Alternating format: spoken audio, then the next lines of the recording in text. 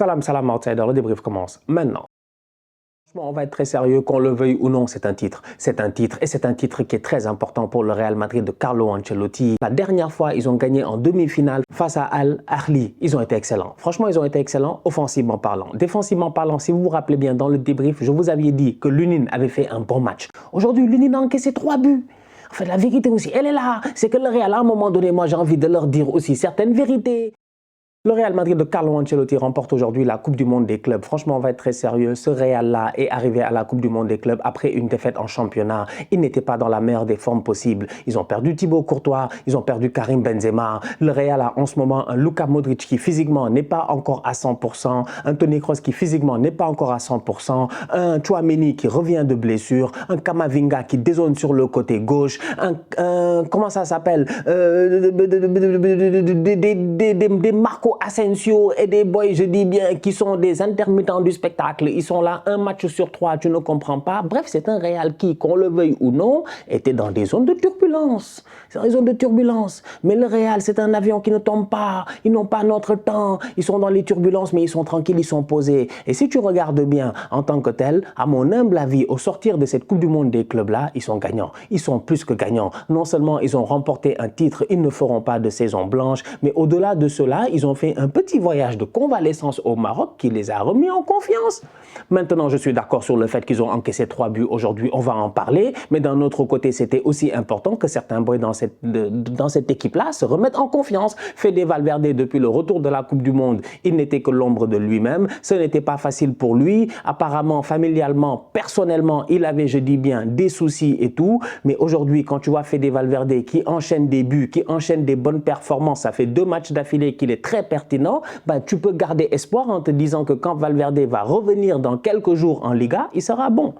Enfin, la vérité, elle est là. C'est qu'une saison aussi, c'est des momentum, c'est des hauts, c'est des bas. Et le Real, c'est pas nos amis. Franchement, en toute honnêteté, oui, c'est vrai qu'en ce moment, ils sont derrière le Barça. Mais le Real, c'est un club de champions. C'est pour cela que je me méfie d'eux. C'est pour ça que je me méfie d'eux. Les Luka Modric, les Toni Kroos, les Karim Benzema, c'est des gars qui ont un ego surdimensionné. C'est des gars qui n'aiment pas perdre. Ils savent très bien que le monde entier les attend face à Liverpool. Ils arriveront prêts face à Liverpool. La preuve, aujourd'hui, sincèrement, si tu regardes bien, petit à petit, on est en train de voir un Real qui a des individualités qui retrouvent, je dis bien, leur forme. Luka Modric, pour moi, aujourd'hui, en finale, il fait un très bon match, un match très intéressant, un match beaucoup plus intéressant que ce que j'ai eu l'occasion de voir ces derniers temps. J'ai vu un Luka Modric actif, qui est là, qui combine avec ses coéquipiers, qui est sur le côté droit, qui est dangereux, qui balance des centres, qui tente des frappes. Un Luka Modric qui n'a pas peur. C'est de ça dont le Real a besoin aujourd'hui. Toni Kroos, calme, sérénité. Ça aussi, c'était important aujourd'hui. Maintenant, les mauvaises langues te diront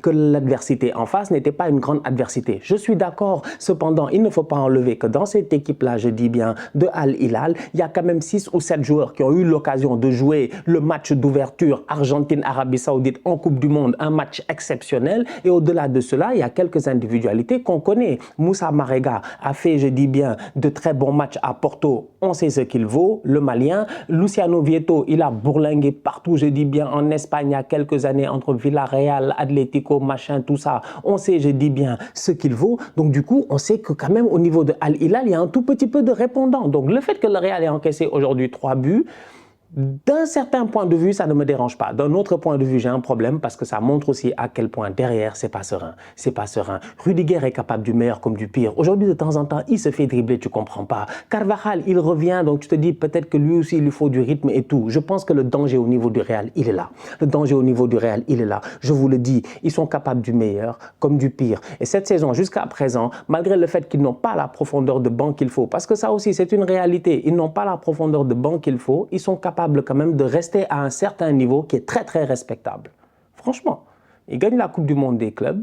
Ils vont jouer face à Liverpool très bientôt. Moi, je vois un Luka Modric qui revient petit à petit en confiance, qui revient un petit à petit, je dis bien, en forme. Je vois un Toni Kroos qui revient un petit à petit en forme. Je vois un Tchouaméni qui, aujourd'hui, en première mi-temps et tout, oui, de temps en temps, ils se font prendre, mais sur certaines transitions, il va très vite, il récupère des ballons, je dis bien, il essaie de pousser la ligne défensive adverse, franchement, en essayant de lancer ses coéquipiers. Je vois un Tchouaméni qui est en train, lui aussi, de revenir en forme. Bref, moi, je vois un Real qui n'est pas mort. En fait, c'est le Real, je l'ai dit ici plusieurs fois. Moi, je me méfie d'eux. Je me méfie tout le temps d'eux.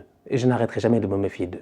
Top performance de la part de Vinicius aujourd'hui, il a été excellent sur le terrain, il a claqué ses buts, mais au-delà de cela, c'est dans la percussion, c'est dans la manière à laquelle il amène le ballon, la manière à laquelle il ose dribbler. Vinicius n'a pas peur, que tu sois un, que tu sois deux, que vous soyez deux, excuse-moi, il va quand même essayer de vous dribbler. Au-delà de cela, encore une fois, passe décisive extérieure de Vinicius. Aujourd'hui, l'extérieur de Vinicius, je pense que c'est un trait très important dans son football. Moi, je vois des ailiers jouer ici à chaque week-end. On regarde ici la Première Ligue et tout, on voit la Serie A, la Ligue 1, la Bundesliga, la Ligue des Champions, la Coupe du Monde, on voit toutes les compétitions possibles. On voit des ailiers qui aujourd'hui ont un football stéréotypé. Vinicius n'a pas un football stéréotypé. Vinicius est capable de te surprendre avec des extérieurs, avec des courses, je dis bien, linéaires. Il est capable de te prendre en dribble. Il est capable aujourd'hui de plonger derrière un attaquant. Il est capable de dézonner, de revenir et aussi de défendre. Bref, Vinicius, pour moi aujourd'hui, c'est devenu un joueur complet. Maintenant, de temps en temps, il est brouillon, mais il est encore jeune. C'est ça qu'on a tendance à oublier.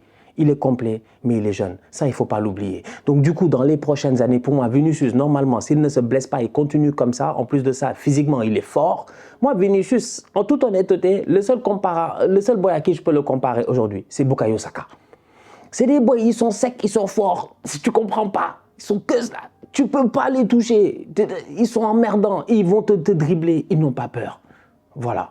Top performance de sa part aujourd'hui. Encore une fois, l'homme des finales. Ces derniers temps, quand le Real joue une finale, souvent Vinicius vient mettre son grain de sel. Karim Benzema, comme je dis, il était de retour. Il a été excellent encore une fois. Il a claqué son but sans aucun problème. Franchement, un Real qui, pour moi, comme j'ai dit, c'est un Real que j'ai du mal à les cerner parce que devant, sur des phases de jeu, c'est juste magnifique, quoi, sincèrement. Dani Ceballos, encore une fois, excellent. Fede Valverde, excellent. Ça se fait des bonnes combinaisons, ça joue bien et tout. Ok, l'adversité n'est pas au top, mais l'adversité n'est pas non plus zéro. Donc, tu te dis quand même que ce Real-là propose quelque chose, mais ils encaissent quand même 3 buts sur des buts où tu te dis, ah, si la ligne défensive est meilleure, si, je sais pas, si ton latéral ne se fait pas dribbler comme du n'importe quoi et que ton gardien, peut-être, il sort trop tôt. Je ne sais pas, il y a tellement de facteurs qui font que tu te dis, mais c'est 50-50 avec le Real cette saison. Ils sont capables d'aller jusqu'à la fin de la saison et de ne plus rien gagner, comme ils sont capables aussi, on ne sait jamais, de venir fatiguer le Barça jusqu'à la fin et de continuer leur chemin en Ligue des Champions. À suivre. On a appris cette semaine qu'il se pourrait que Carlo Ancelotti devienne le prochain coach du Brésil. Donc ça aussi, c'est un autre facteur qui va jouer au courant de la saison. Parce que comme j'ai eu l'occasion de dire la dernière fois, j'ai eu l'occasion de le dire dans une vidéo avec Willou, le Barça, si tu regardes, tu te dis, ok, Xavi, dans tous les cas, il va rester. Donc tu construis sur lui. Il y a pas mal d'équipes, si on regarde bien aujourd'hui, c'est comme un United Ten Hag, on sait que c'est lui qui construit, tu vois. Sauf que là, Ancelotti, on ne sait pas qui va coacher le Real l'année prochaine. Est-ce que Zidane, il va revenir? Est-ce que c'est quelqu'un d'autre qui va venir? Tout ça, c'est tant de questions qu'il y a. Mais au moins, on peut dire que là, ce titre-là, c'est une bouffée d'oxygène. Franchement, pour moi, c'est une bouffée d'oxygène.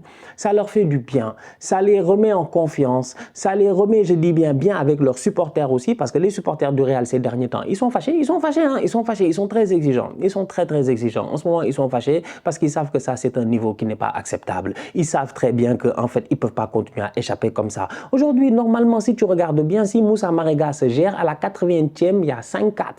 Tu fais le fou, peut-être qu'ils mettent 5-5. Tu vas au penalty, peut-être tu gagnes. Tu vas en prolongation, peut-être tu gagnes aussi. Mais en fin de match, tu peux le perdre ce match. Ils peuvent revenir. Ça montre à quel point, comme je dis, ils sont fébriles. Donc, il faut leur faire attention. Mais au moins, Carlo Ancelotti, je dis bien, j'ai envie de dire, sauve un tout petit peu sa saison. Il était aussi décrié dans la presse et tout. Apparemment, la confiance n'était plus là. Les gens n'avaient plus confiance au niveau du Real en Carlo Ancelotti. Moi, j'ai envie de dire aux gens quand même de se calmer, parce que le Real, aujourd'hui, ils n'ont pas recruté. Ils ont recruté cet été, certes, mais là, en hiver, ils n'ont pas recruté. Ils savent très bien que la profondeur de banc n'est pas là. Ils sont obligés de colmater à gauche et à droite en sortant les joueurs, certains joueurs, de leur position originelle, en leur faisant jouer dans d'autres positions. Bref, c'est un Real qui est en ce moment en train de se débrouiller. Franchement, ils sont en train de se débrouiller en attendant la Super League, machin, tout ça. Donc, prochain rendez-vous dans quelques jours en Liga. 2 matchs avant Liverpool. J'ai hâte de voir comment ça sera. La famille, on se capte très bientôt pour un nouveau débrief. D'ici là, on continue à liker, on continue à partager, on s'abonne. On est ensemble, on reste en santé. C'est le plus important. Tous outsiders.